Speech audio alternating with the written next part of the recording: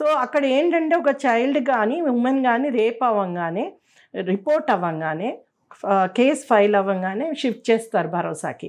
భరోసాలో trauma counselling అవుతుంది, expert counsellors ఉంటారు. తర్వాత ఆ పాపని ప్రిపేర్ చేస్తారు లీగల్ ప్రొసీజర్స్కి.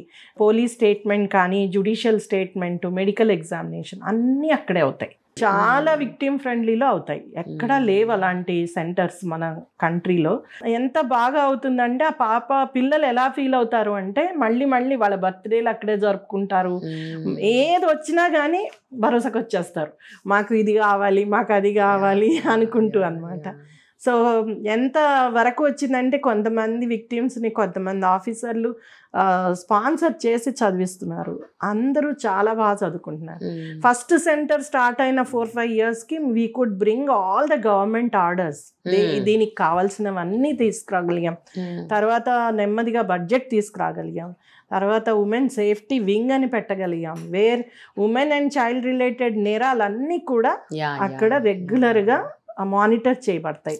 దాంట్లో హ్యూమన్ ట్రాఫికింగ్ కానీ, మిస్సింగ్ చైల్డ్ కానీ, ఎవ్రీథింగ్ మనకి వర్టికల్స్. 1098 కూడా ఈ ప్రాసెస్లోనే వచ్చిందండి. అంతకుముందే వచ్చింది. 1098 ముంబైలో స్టార్ట్ అయింది. ముంబై టిస్ వాళ్ళు స్టార్ట్ చేశారు, అక్కడి నుంచే వచ్చింది. మేము కూడా పనిచేసాం 1098లో. మేము కూడా ఒక సబ్ సెంటర్ ఏటూరు నాగారంలో రన్ చేసాం. కానీ 1098 అన్నది నిజంగా అంటే ఆ నంబర్ ఎంతమందికి నిజంగా రిజిస్టర్ అయిందని ఇప్పుడు అందరికీ తెలుసండి, పిల్లలందరికీ తెలుసు. బుక్స్లో కూడా అంటే వాళ్ళ స్కూల్ బుక్స్లో కూడా అన్నిట్లో 1098 ప్రతి పిల్లలకి తెలుసు.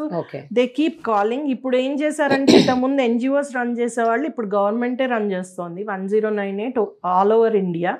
So it's a great network. ఇప్పుడు 1098 ఇవన్నీ వచ్చాక మాకు ఈజీ అయిపోయింది. వాళ్ళు వెళ్ళి ఆపుతున్నారు. ఇంతకుముందు నేను వెళ్ళి గంటలు గంటలు కూర్చోవాల్సి వచ్చేది, ఎక్కడ తాళి కట్టేస్తారో అని.